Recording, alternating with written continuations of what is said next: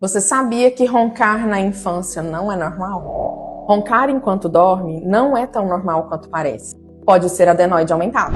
Ela atrapalha no sono profundo, interfere na memória, na concentração, no crescimento e no desenvolvimento da criança. Se você quer entender que o ronco do seu filho é por aumento da adenoide, me envie quero no direct ou entre em contato comigo pelo WhatsApp.